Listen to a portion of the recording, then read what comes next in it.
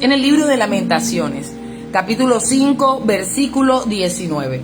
Leo para ustedes en el nombre del Padre, del Hijo y con la bendición del Espíritu Santo de Dios. Dice la palabra del Señor: Mas tú, Jehová, permanecerás para siempre, tu trono de generación en generación. Bueno, amado hermano, esta palabra, este versículo, destaca la soberanía, la eternidad y la inmutabilidad de Dios. En medio del sufrimiento extremo y de la destrucción del mismo Jerusalén, ofrece esperanza, asegurando que a pesar de la crisis temporal, el reinado de Dios sigue firme. Escúchame bien, pueblo del Señor.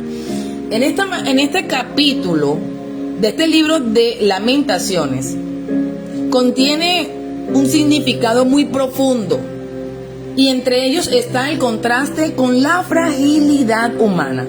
Recordemos, tras describir la total destrucción de Jerusalén, la humillación del pueblo y la pérdida de sus líderes, el autor levanta la mirada hacia lo único que no ha cambiado. Mientras que el trono terrenal de David en Jerusalén fue derribado por los babilonios, el trono celestial de Dios permanece intacto.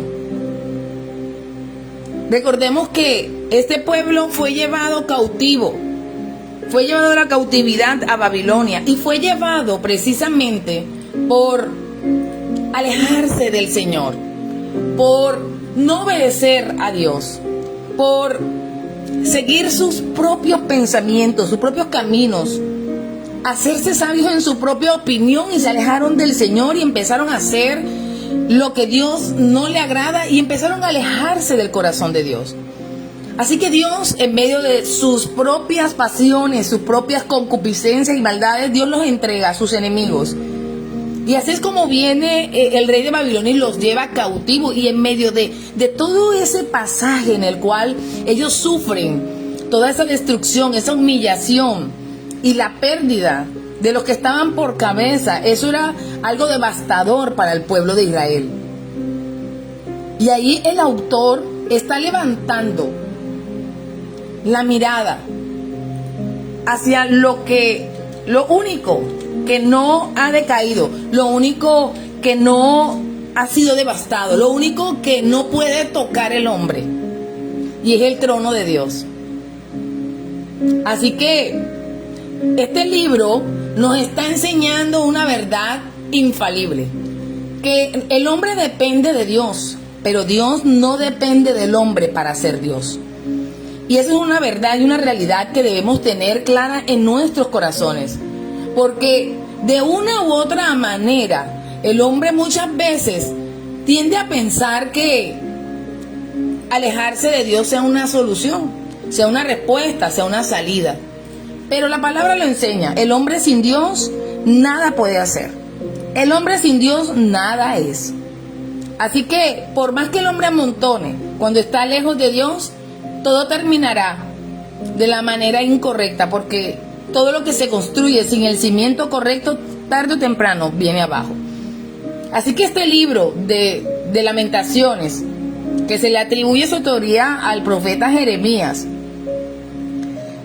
porque aunque se dice que es de un anónimo, pero normalmente se hace la similitud con Jeremías, está narrando esto, está narrando que ellos se olvidaron de Dios, se olvidaron de los preceptos, de los estatutos, se olvidaron de lo que Dios les había hablado, de lo que Dios les había dicho, y empezaron a hacer lo que a Dios no le agrada.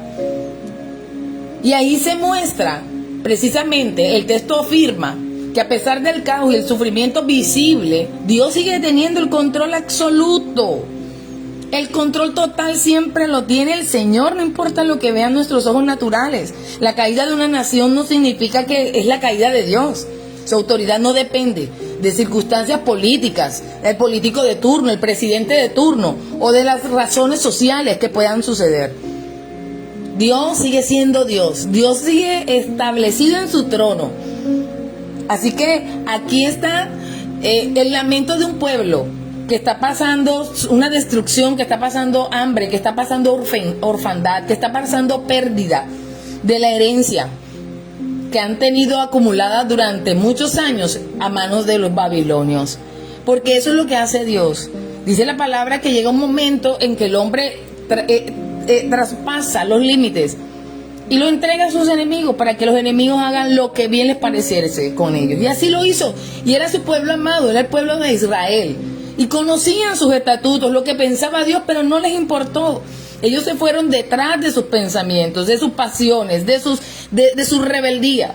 Y ahí en contraste, mientras las estructuras físicas de este templo, mientras la ciudad estaba en destrucción, estaba desmoronado, el profeta enfoca su fe en lo que no cambia, en lo inmutable, en lo que permanece para siempre. Bendito y alabado sea el nombre del Señor. Es el trono de Dios.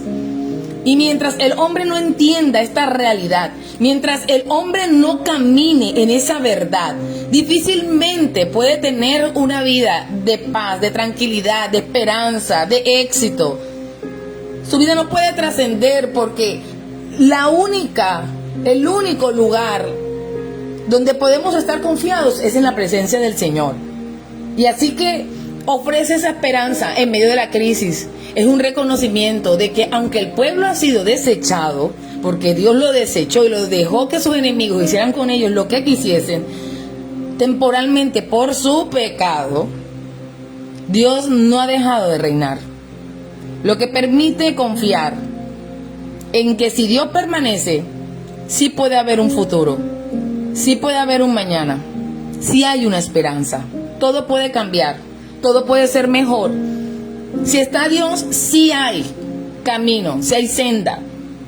Aún en medio de la sequedad, en medio de donde no hay camino, en medio de donde no hay horizonte, en medio de donde los cielos se vuelven grises y no se ve si hay un mañana. Ahí está Dios. Ahí está Dios y mostrará su gloria. Aún en medio de la crisis, en medio del dolor, en medio de la prueba, en medio de la pérdida, el Señor permanece fiel, porque Él permanece para siempre. Su palabra lo enseña: cielo y tierra pasarán, mas su palabra no pasará. Aleluya, gloria al que vive por los siglos de los siglos. Este pasaje sirve como recordatorio de que la soberanía de Dios es el ancla perfecta, inmutable, inmarcesible, que no cambia, que no se mueve de lugar.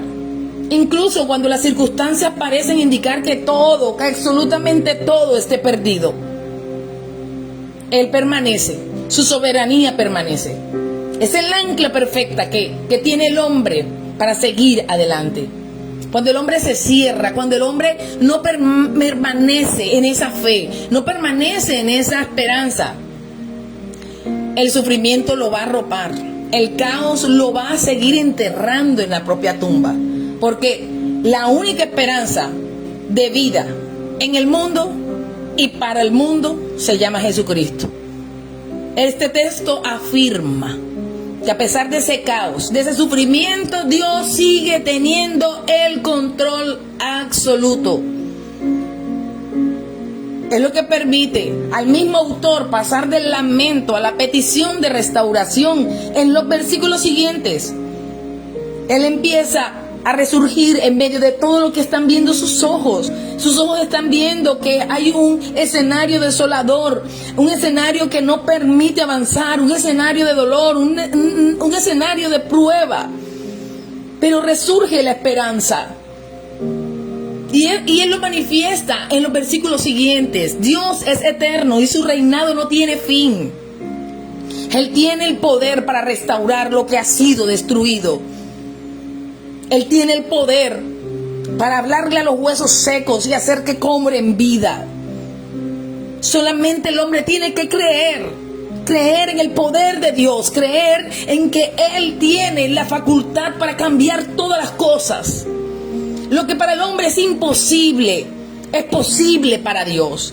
Y allí donde empieza tu imposibilidad, donde ya tú no tienes camino, donde no tienes hacia dónde mirar, te toca mirar hacia arriba como lo hizo Jeremías. Miró hacia el cielo donde miró el autor, vio solamente desolación, le tocó mirar hacia arriba, vio que el trono de Dios estaba inmutable, estaba allí, permaneciente. Aleluya. Para los exiliados, saber que Dios permanece para siempre era un recordatorio de que sus promesas y sus pactos seguían vigentes. Incluso cuando ellos habían fallado. Porque habían fallado. Le habían dado la espalda a Dios. Se habían ido detrás de sus propios ídolos, de sus propios pensamientos, de sus pasiones. Tenían ya todo en su corazón y Dios los entregó a sus propias pasiones y sufrieron lo que tuvieron que sufrir a causa de sus malas decisiones. Y allí en medio de ese dolor fue que vinieron a recapacitar. No es tanto, mi amado hermano, muchas veces lo que usted y yo hagamos, sino lo que dejamos atrás. Porque cuando usted parte de esta tierra hay una generación que usted deja. Usted deja hijos, usted deja familiares, usted deja una generación. ¿Y qué estás dejando para esas generaciones? Si después de conocer al Señor, el pueblo de Israel se fue detrás de todo lo que no tenía que hacer, ofendiendo a Dios, pisoteando la palabra del Señor, dejaron como herencia a sus generaciones toda esta desolación. Dejaron a sus generaciones toda esta destrucción. Dejaron a sus generaciones toda esta crisis, toda esta pérdida, toda esta hambre. Los inocentes, los que no tenían por qué pagar por los errores de sus padres. Eso es lo que heredarán nuestras generaciones, lo que tú dejes. Esa herencia espiritual es la que vas a dejar. Así que vale la pena luchar cada día y decir: Él es mi Señor, Él es mi pastor y nada me faltará. Él es el Rey de mi vida. Él es el Dios de Dios y sí, Señor de señores. A Él sea la gloria por los siglos de los siglos. Aunque tus generaciones hoy no lo entiendan, aunque ellos mismos sean tus verdugos por buscar de Dios, Dios mismo los hará entender. Dios mismo les dará la enseñanza. Solamente que tú creas en lo que Dios va a hacer. Este pueblo de Israel no pensó en sus generaciones, no pensó en lo que dejaba atrás. Y aquí está esta generación levantándose con dolor, haciendo lamento y mirando hacia el cielo y viendo toda la destrucción que dejaron sus antecesores. Si Dios tocó la puerta de tu corazón y te hizo conocer de Cristo, es porque tú eres la puerta abierta para tu casa y para tu familia. La esperanza que ellos tienen para conocer al Creador. La esperanza que ellos tienen para salvar sus almas del fuego consumidor que viene para la tierra. No puedes desmayar, no puedes soltar. Porque eso es lo que dejarás de herencia para que ellos tengan un lugar por donde pasar a esa eternidad. Si tú desfalleces, no solamente tú, sino también tu generación se empezará a perder. Tenemos que reflexionar, porque este versículo precisamente hace un llamado. Mas tú, Jehová, permanecerás para siempre, tu trono de generación en generación. Las generaciones vienen una tras de otra sin parar. Ellas vienen. ¿Pero qué estamos dejando? ¿Destrucción, muerte? ¿O le estás dejando una herencia espiritual? Una puerta abierta en Cristo para que ellos entiendan que cuando ya tú no estés en medio de ellos, ellos entiendan que sí hay un camino, hay una esperanza y se llama Cristo. Así que en esta mañana, todos los que son pueblo del Señor, afirmen sus pies. Porque vienen momentos cada vez más difíciles para la tierra, vienen momentos desoladores. Y lo único que le dejaremos a nuestras generaciones es la esperanza de esa eternidad, de ese caminar con el Señor. Porque lo único que permanecerá en la tierra será el trono del Señor. Como lo veía aquel profeta Jeremías cuando estaba en medio de ese escenario tan desolador. Lo único que vio inmutable fue el trono del Señor. Así que sí vale la pena. Sí vale la pena. Porque de otra manera se perderá tu alma y se perderá tu familia. Así que ese profeta, al ver todo el horror que veía en sus ojos, tuvo consuelo. Y su consuelo no fue en las decisiones de sus antecesores, porque fueron malas, fueron pésimas. Su consuelo fue saber que el trono de Dios nunca fue conmovido, que el trono de Dios permaneció inconmovible. Así que si él había permanecido conmovible, sus promesas, sus pactos, todo permaneció vigente siempre. Lo único que tenían era que arrepentirse y volverse al Señor.